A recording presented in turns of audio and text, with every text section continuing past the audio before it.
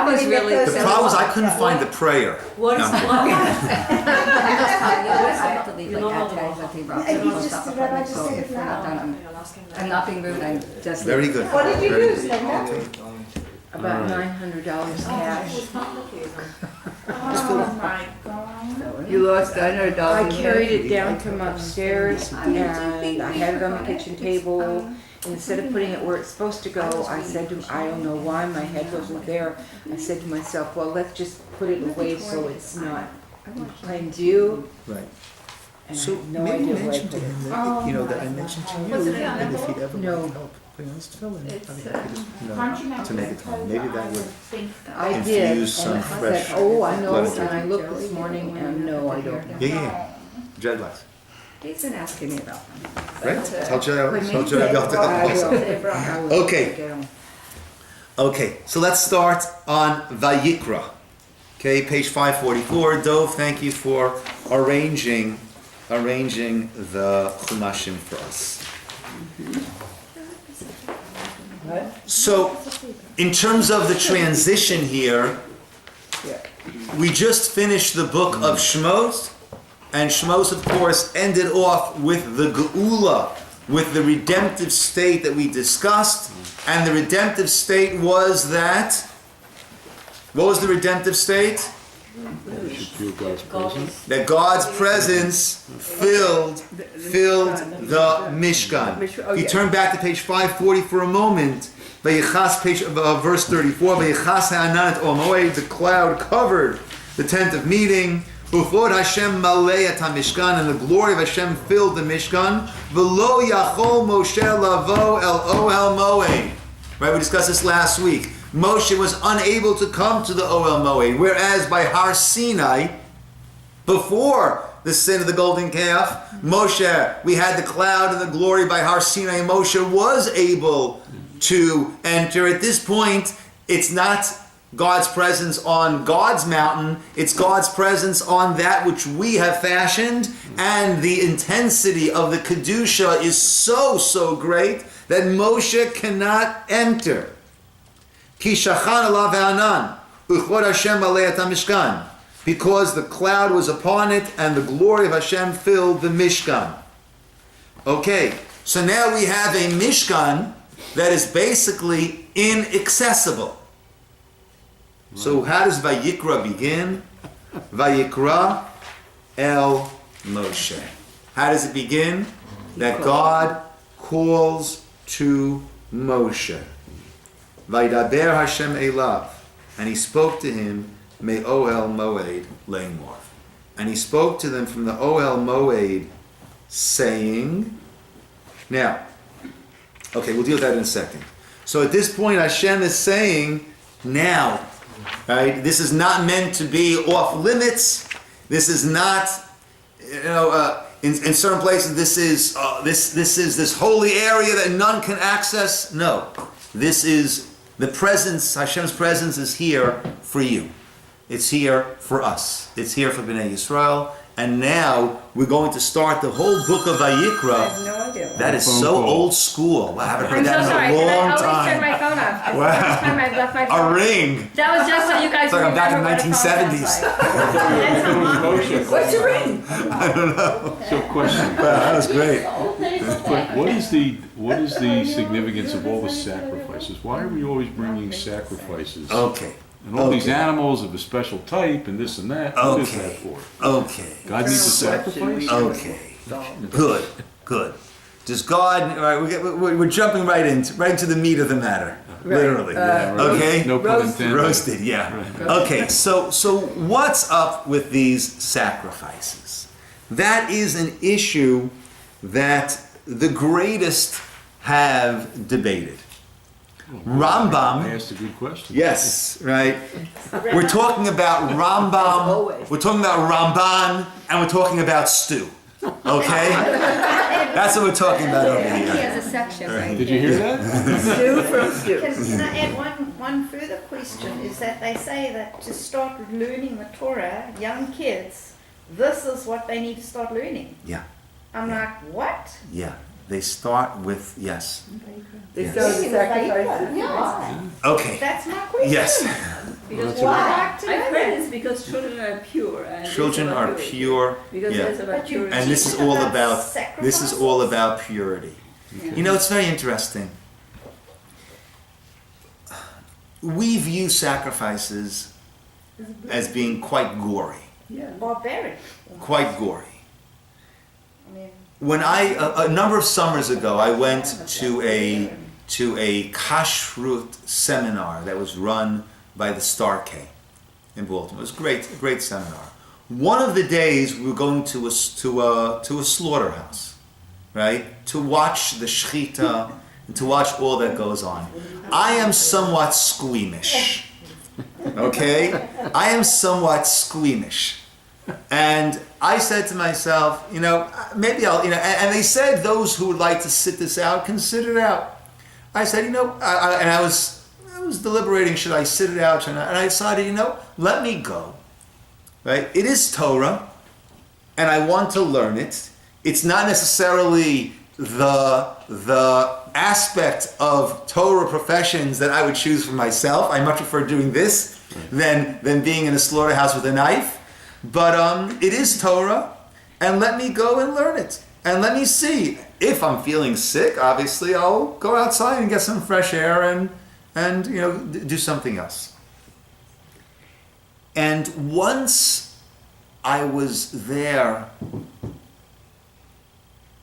and learning about it and understanding it and seeing and being shown which parts of the animal are the parts that, you know, that could be used by a korban, and what does this refer to, and all these terms that I had used, that I learned about. It was actually fascinating, and I didn't find it gory. I mean, how many vegetarians do we have here besides Linda? how many what? Vegetarians do we have here? I don't eat meat, Okay. but I eat. I don't touch raw meat. Okay. But what I'm saying is, all right, almost all of us. Are carnivorous. He is vegetarian. Yeah, most of us are He is vegetarian, myself. Yeah, Brady is. Yeah, right. But we all involve ourselves in meat, right? Leather shoes. Anybody? Yes. Okay, I think for the most part, right? You know, tefillin. Yeah. Right? All right. So handbags. yeah. So let's get past this feeling. Oh, it's terrible. No, it is one of the most humane ways of actually processing an animal for usage. Let's come back to karbanot now. Rambam Maimonides says that the karbanot were essentially because that is how the world was serving God. So if at Sinai, at Har Sinai, God's going to come along and say, you know, instead of that, I want you to take 3 steps back, 3 steps forward, put your feet together and say, Baruch atah Hashem Elokeinu. If that's all it's going to be, right, that's not how you serve God. You serve God by a sacrifice. Therefore, as almost as an allowance to the mindset of the world at that time, we instituted sacrifices. Ramban, has some serious challenges to that approach. Adam brought sacrifices. No. There was no peer pressure at that point. Right? There was no peer pressure. There were no peers. I was talking to someone, to No someone, peer. to someone who turned 90, and he said the advantage of turning 90, very little peer pressure. Right? There was no peer pressure, right, by Adam. Noach, the whole world, right, is gone. Now it's a whole new world. Right? And Noah was commanded of all the kosher animals to bring 7 in order to be able to bring sacrifices. Noah's bringing sacrifices. And in our Musaf prayers, davening, every Shabbos, every Rosh Chodesh, every Yom Tov, we speak about bringing back all those extra korbanot we do on Yom Tov, bringing that back. Right? And every Shemona Esrei, Ritzei Hashem Elokeinu, Hashem willingly accept Amcha Yisrael, Tefilatam, V'hashev et ha'avodah, and bring back the avodah, bring back the service, Lidvir Beisecha, to the Dvir, that's the Kodesh Kadashim of your house. Right? So it doesn't seem to be just an allowance that was made. Ramban, therefore, offers a different approach. Okay? The approach of the Ramban is that, and before we go there, let me preface it. From a Torah point of view, okay, let's put on our Torah eyeglasses. We might not fully agree, we might not be there, but if we're going to try to understand the Torah, let's understand it from a Torah perspective. What is the point of life? What is the point of this whole world? Why are we here? Why does God need this? And the answer is he does not need this. He doesn't need anything. Why did he do this? Why was this whole world created? For mankind. For a free-willed being who can make independent moral choices. And out of this entire planet, that is humankind who makes these free will moral decisions. This entire world, universe, was created for mankind, to create an environment where there is good and there is bad. And we decide what we're going to do. We thereby are creating, we're partners in creating, we are creating ourselves. And by doing that, we are elevating ourselves. We discussed last week the whole idea of we focused last week that the middle was the Chet HaEgel, and we said the whole life is going down in order to go up. Our neshamot, our souls, left a high place by God to come down here where we can make decisions and we can change ourselves, and thereby we can reach a higher point. Right? Al regel achas, on one foot. That's what this whole world is about. It's all about becoming more godly human beings, that when we return to our place, we will come with our suitcases filled, so to speak. We will have accomplished over here in this world. And what does everything else on this planet do and serve? It is there to serve mankind in our quest. Therefore, right, Sar Balei Chayim, we cannot be cruel to animals. Because if we do acts of cruelty, we become cruel people. Cruelty is the antithesis of God. We're moving in the wrong direction. We must be kind. But everything is there to help us serve Hashem. Some things by our abstaining from it. That's the lo ta'aseh, the don'ts of the Torah. Other things by our involving ourselves in it. Those are the mitzvot, the do's of the Torah. That's what it's all about. That's what everything is here for. Now, how can something that is not humankind, how can it elevate itself or reach its zenith of spirituality? By being used by human beings? By being used by human beings for serving God. Yeah. How else?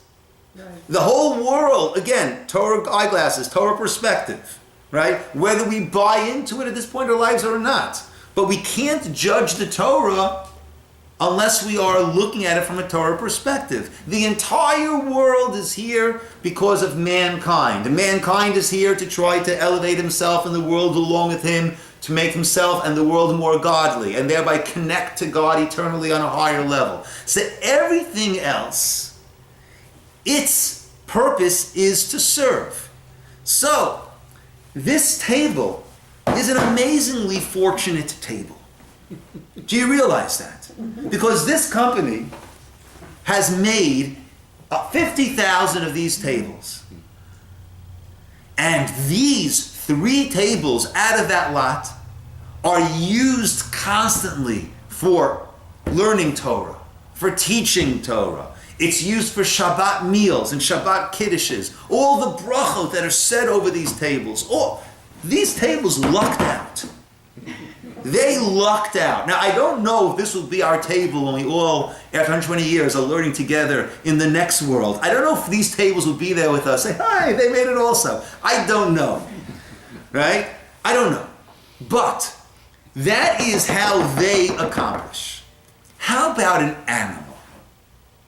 Not being sacrificed.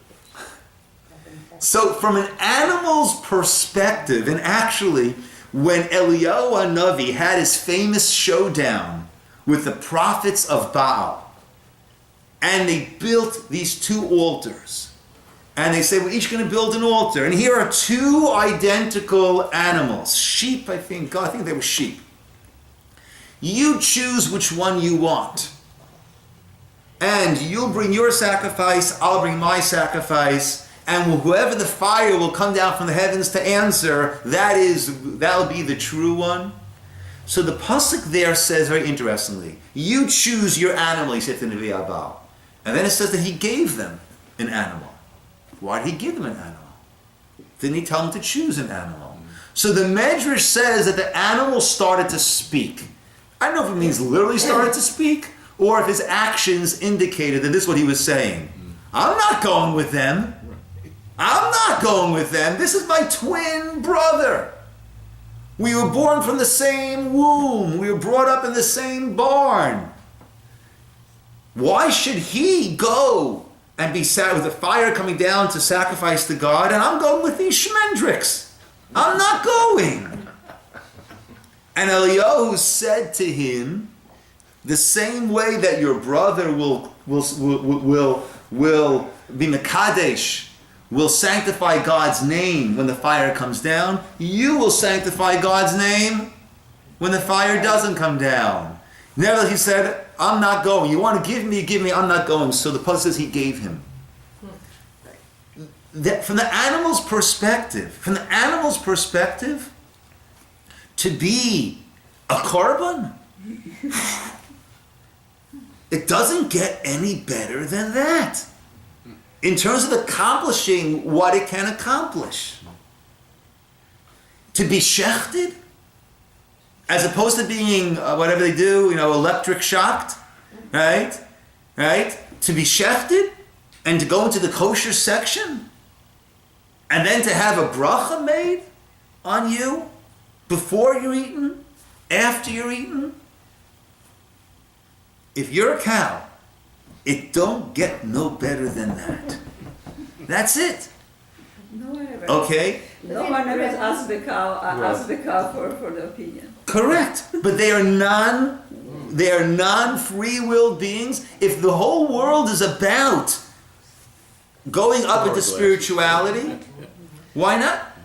That's what they're about. Yes. If that's the case, then why not take a murderer and sacrifice him? I mean, why? And then he would be. He wasn't good in. He killed somebody else, but then maybe that would make him. One second.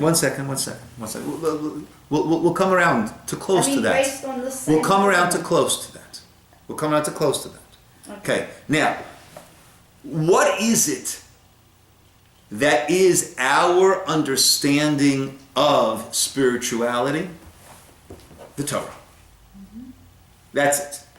How do we have any idea what is it that God up there and us down here, what does he want us to do? Our only access is the Torah shebichtav, the Torah shebal peh. That's all we've got. That is our roadmap.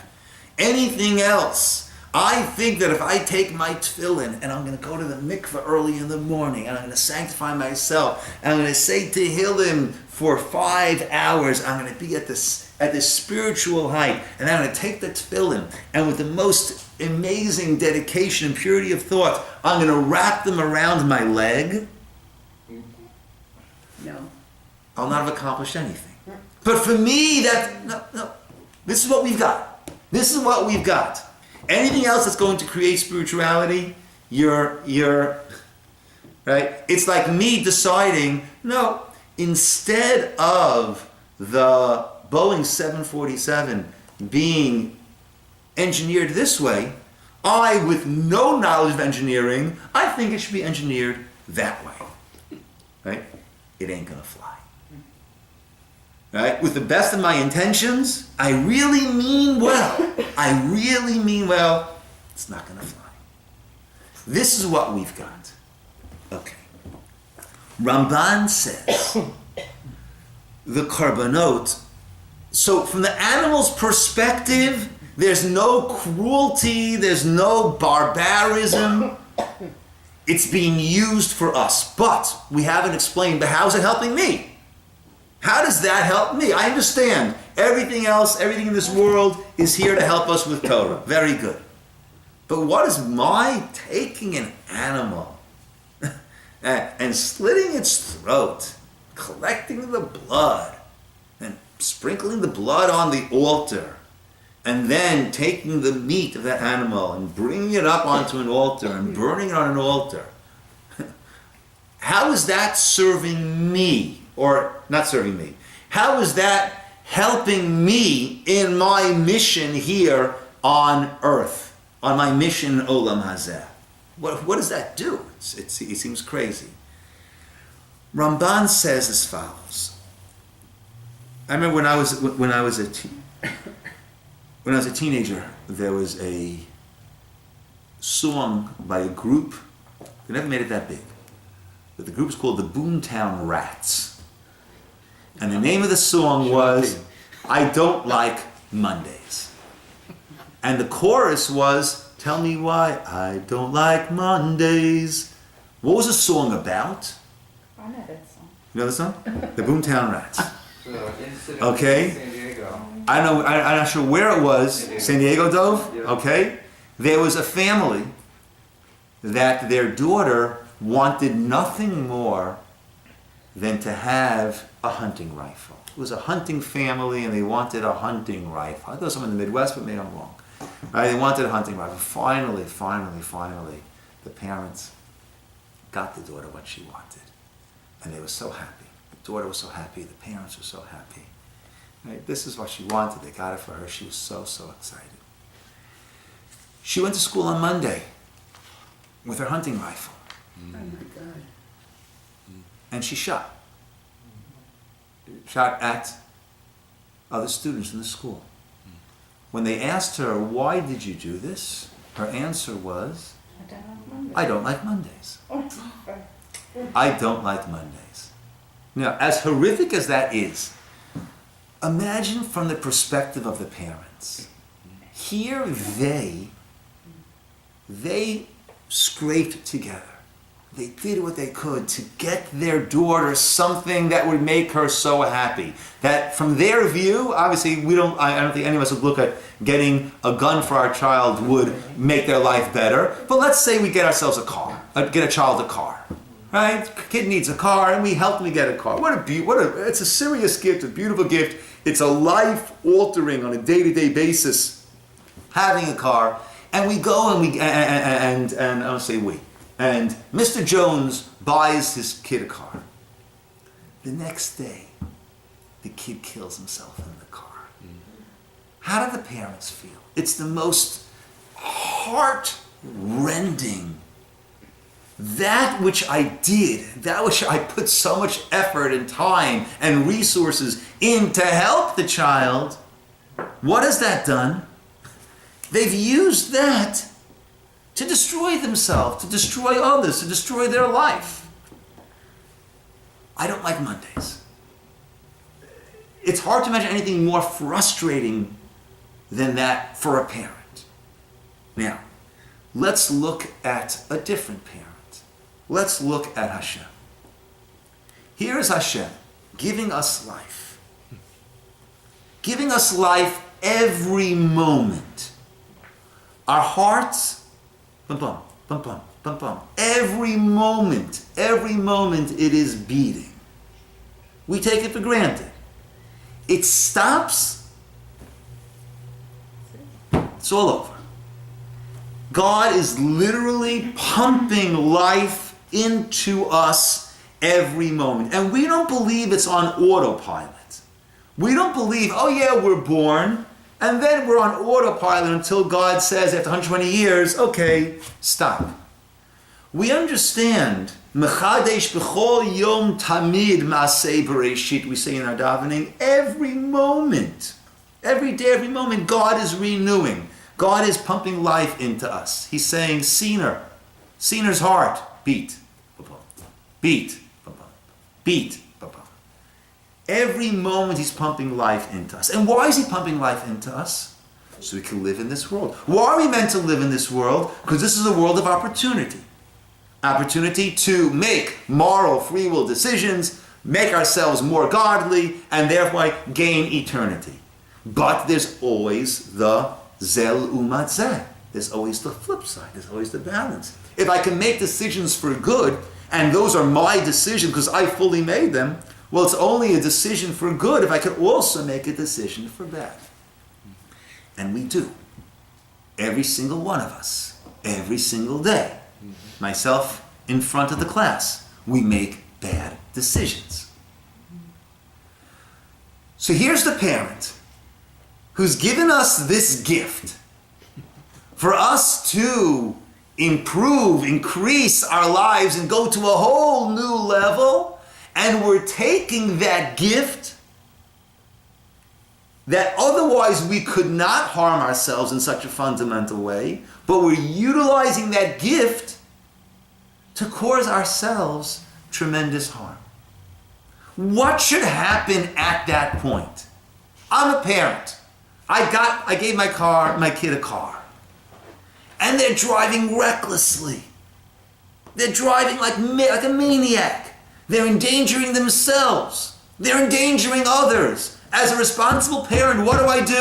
Take the car away. Take away the car. I take away the car. Let's take that analogy now back to God and us. He's given us the car. Who's the car? Ourselves, the body, our lives. And we are driving like a bunch of maniacs. We're endangering ourselves, endangering others. Instead of climbing a ladder, we are descending. Instead of life being something that we're utilizing for eternal benefit, we're doing the opposite. We've done a serious sin. What should God do? Take away the keys. The God who every moment is pumping life into me, I use that gift of life. I use that blood that he's pumping into me. I use these limbs that he's given me to go against what he told me to do for my own benefit. I'm not hurting him. I'm hurting myself. What should happen? That blood should be sprinkled onto an altar. These limbs should go onto an altar and be offered as a sacrifice to God.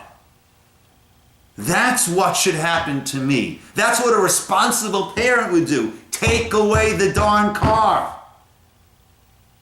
You're a responsible parent? He's going 95 miles an hour? Down Culver? On Michelson? Take away the car. So Ramban says what Hashem does is he says, that's what should happen. But I want to give you a wake-up call. So what does a parent do? He takes the kid to a crash site. kid sees, this is the mangled car. These are the mangled bodies. This could have been me. The way I've been acting, this should have been me. Oh. Get back into the car. I was just in Florida last week. I was driving with Natalie on 95, which is the main highway there. And as I passed a certain place, I remembered I had driven past that place probably 15 years ago when I was in Florida. And the flow of traffic is about, like the freeways here, 80, 85. And then we had everyone's going along at that pace. And then we had a tremendous slowdown, and we passed by an accident. And I saw on the road there, they covered over the patient. The person had died. And it hit me so soundly. Like, wow. Here was a guy, I'm driving here, going from the wedding of a Talmud of mine to go see my parents. Here was someone else doing the same thing, going from point A to point B. People fully expecting him at point B. And he never made it there. I went 55. Mm-hmm.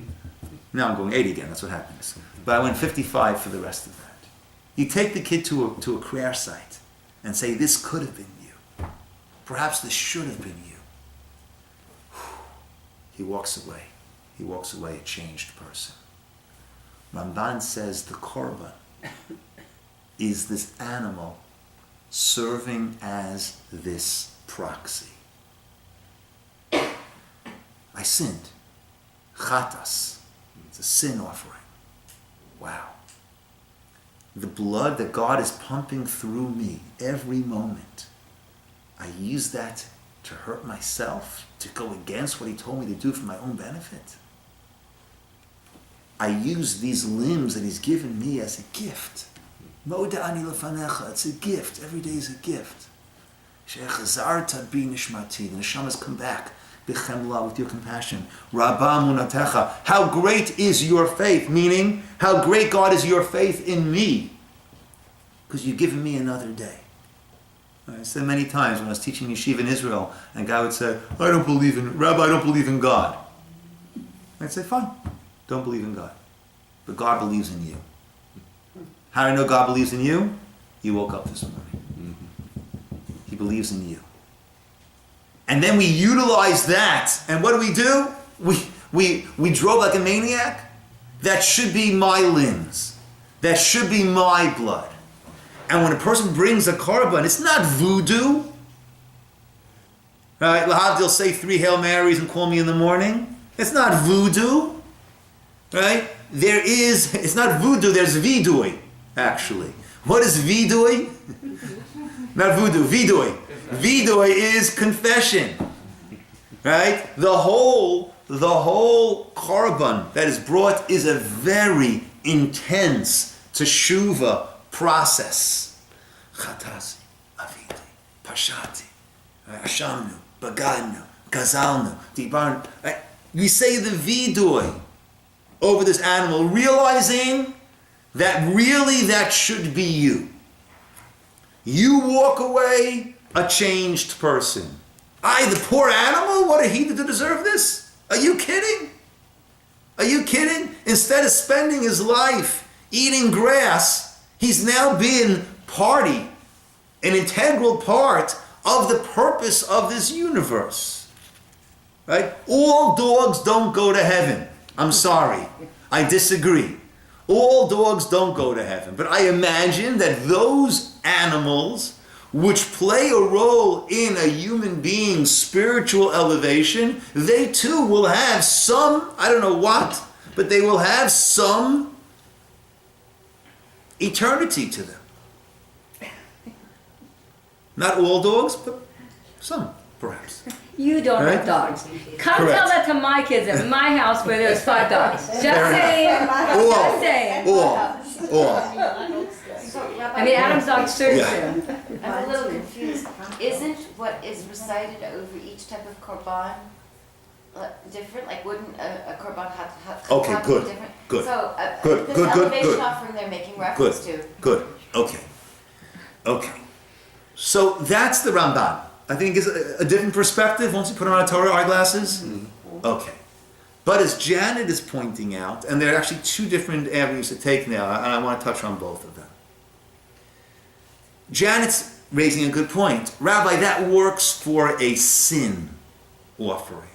Or is it all of them? But there's a korban tamid. There's a daily offering. There are extra korbanot that are brought on Shabbos, right? Right. It's not all a chatas or an asham, which are sin offerings. And there's the elevation offering just to help us. That's ola, there's shlom. There are many different types of korbanos. So really, Ramban, we could say, Ramban has only explained a korban chatas. Or we could say that the whole idea of korban, meaning seeing that blood, seeing that being offered up to God, is meant to be korban. What's the root of the word korban? Karov. Karov. Kuf, reish, bet. Karov means closeness. So a korban is meant to be that which somehow draws us close to Hashem. So it could be that even not a sin offering, just seeing that essence of life, the blood and the limbs being offered up to the heavens, makes us realize that that is what, not that should be you, but that's what we are meant. We are meant to be offering ourselves up to the heavens. Thankfully, right, we can do it by chesed. We can do it by tefillah. We can do it by Torah. We can do it by all of our mitzvot. We are offering ourselves up to the heaven. We are offering our will, subjugating our will to the will of God. I walk past that chicken place over there by Wholesome Choice, and the smells coming out of that place. Ah, heavenly. But I'm not going to partake of it because it's not kosher. So I am subjugating, I'm offering up my will to the will of God. This I can do, this I can't do, even though I might want to do it. Even though I might not want to do it. This morning, when my alarm went off before 6 o'clock, there's certainly a substantial part of me that said, I would love to hit, not snooze, off. Off, not snooze, off. I'd like to sleep till 11 o'clock this morning. But I feel I have a more important calling than to sleep in.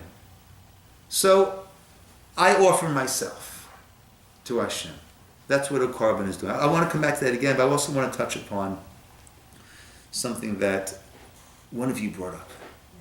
I think Leah brought up. So normally, for a sin, we bring a korban. And it's an intense teshuvah process. Now, there are certain sins that are so serious that you don't just bring a korban. There are certain sins for which there is capital punishment. Now let me, as an aside, we're not talking about Texas over here. A Beit Din that killed once in 7 years was considered a murderous Beit Din. Another opinion says once in 70 years. Once in 70 years. And the Gemara is unsure, does that mean once in 70 years was the usual? Or once in 70 years was considered murderous? But there were certain offenses for which there would be a capital punishment. There'd be an execution. Now, what that means is that during the time, the gift of life that we were given here, this person has done something that is so beyond that bringing the korban and then being a good boy or girl and giving tzedakah and doing the mitzvot, is not going to do it. You know, a person that's not going to do it. They've gone so far with what they have done that it just can't just be okay.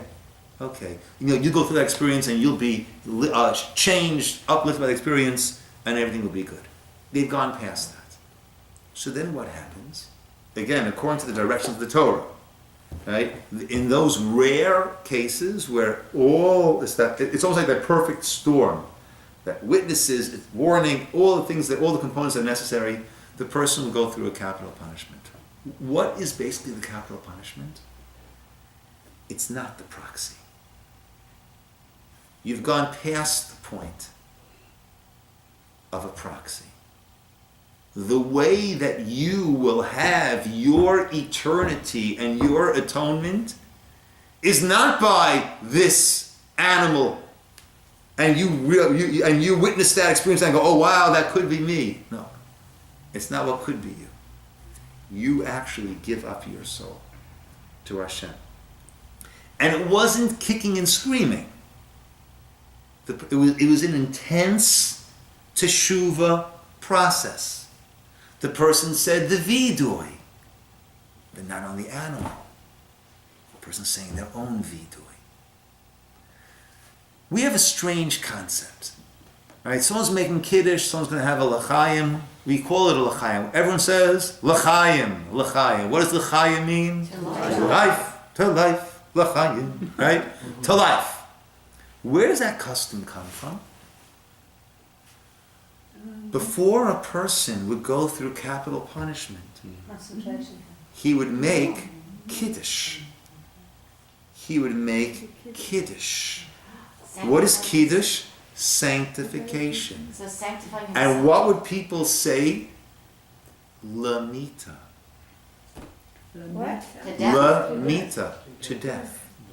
You would say l'chaim? No. You would say A l'mita. person was making their kiddush before they were going to go through their capital punishment, before they'd be executed. They said their vidui. They did their confession. They're about to offer themselves. They're going back. They're going back to their maker. They have done something that is so enormous that the only way for their atonement is by teshuvah and giving up their life.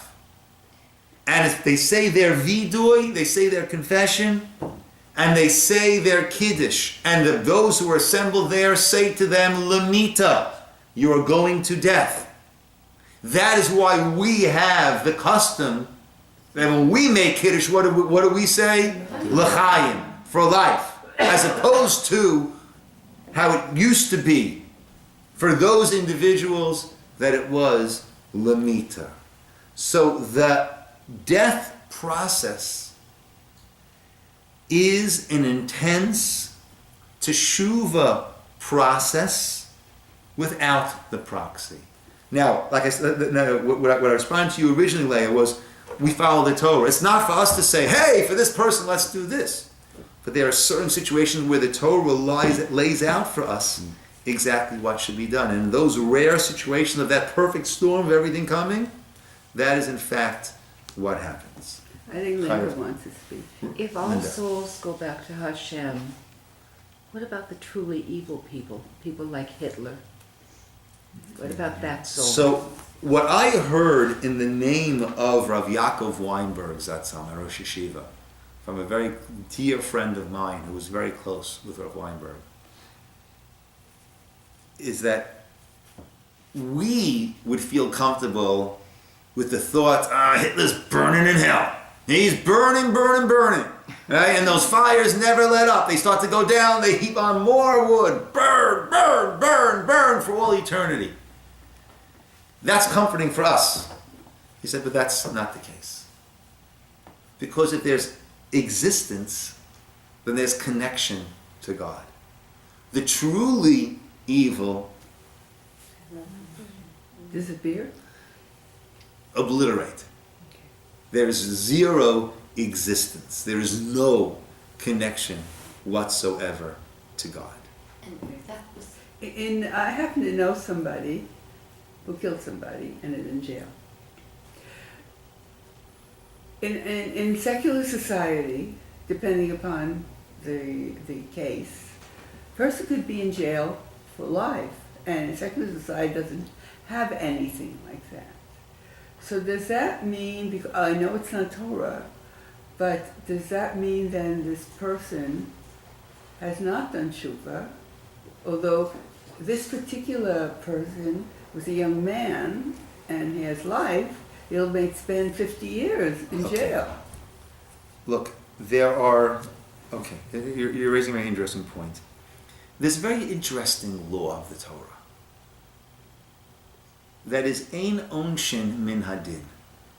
We cannot logically derive that if this person did infraction on a level 8 out of 10, and he gets the death penalty, the person who did a 9 or a 10 should certainly get the death penalty. In fact, the Torah speaks about, there was an avodah zarah, an idolatry called Molech. They would have their children walk through these walls of fire, kill their children. And the Torah says, if you do that to your child, if you do that mizaro from your children, then there's a death penalty for that.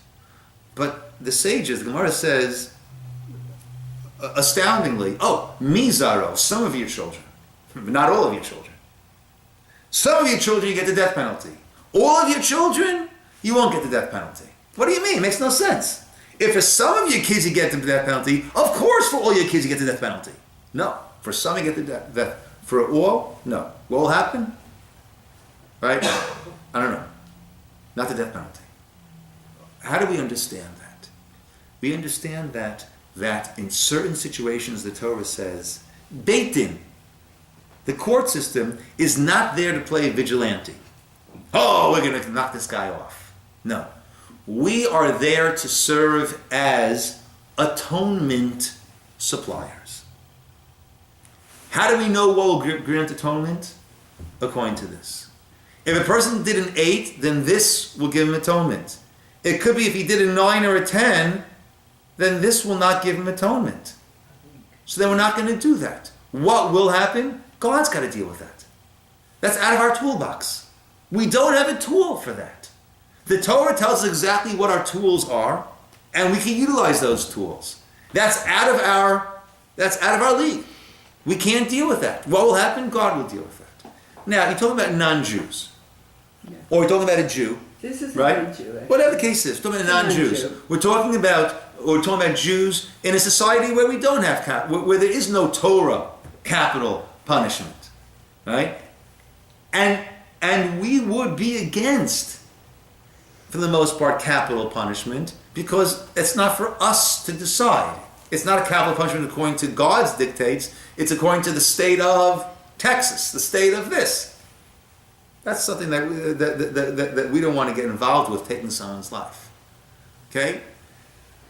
So once the Torah doesn't give us a death penalty, or it does, but we live in a time where God does not, where God made the situation where it's not done, so then a person needs to do whatever they can do.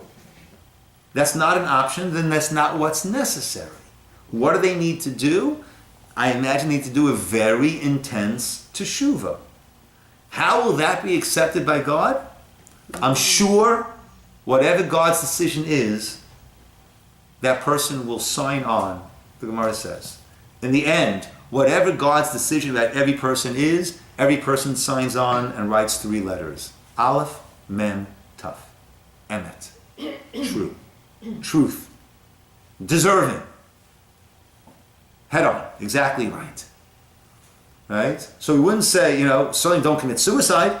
Right? That's another sin on top of a sin. Right. No. Right? And, so we have to work within the framework of who we are, what our world is. So this boy who's now a man, well, he was like in his 20s. Now I think he's in his 40s or 50s. I don't know, something like that. I actually spoke to his uncle the other day and asked, how is he? And he says he asked for a cell by himself. He spends his day mainly reading and just being alone. He doesn't socialize much with other people, and he's very content. He's very content in a controlled society, Okay. controlled lifestyle. So if he was doing tshuva, and we have no clue as if doing tshuva because he's not Jewish, That's but him he and God. could still be doing tshuva. That's him and God. So That's it's him and up, God. it's up to how long he lives and up to God, Yeah. Hashem, Yeah. to decide. Yeah. Johnny, you want to say something? So what about the other category of punishment of barrenness? How does that Of what? barrenness? So there is another punishment called karet, which has karet is spiritual excision, and it has different ways of manifesting itself. Right. So there we need to do. We always need to do teshuva for things we do wrong. One last point I want to bring in about the other karbanot is there was a Robin Williams movie called Jimbani. Jumanji. Jumanji, right. Right? Now, that's a movie that struck me. First of all, when I was a kid, I used to have some nightmares. And the nightmares that I had that kept coming back a couple of times was that I had this book on dinosaurs, and I would open it up, and a certain page would send me there. And I think that's the premise of that book, basically. I think it's a game of that movie. It's a game. You land in certain places, right? So all of a sudden, right, you're in a jungle, and then there's a tidal wave, and all these things, right? And then the premise of this movie is, but he needs to get to a certain place. If he just lands on a certain place, then everything goes back. And that struck me. Fire. Fire is everyone's fascinated by fire. Who doesn't love looking at a fire? Fire is so fascinating. Right? It's almost where the physical meets the non-physical. A piece of wood, it's now heat, vapor, smoke, and it's gone. It's where the physical meets the spiritual to a certain degree. And maybe the idea, we live in a world of illusion, right? In other words, Torah viewpoint, hey, this world is only for spirituality. Yeah, but I want this car, and I want to do this, and I want to go on vacation here, and I want this.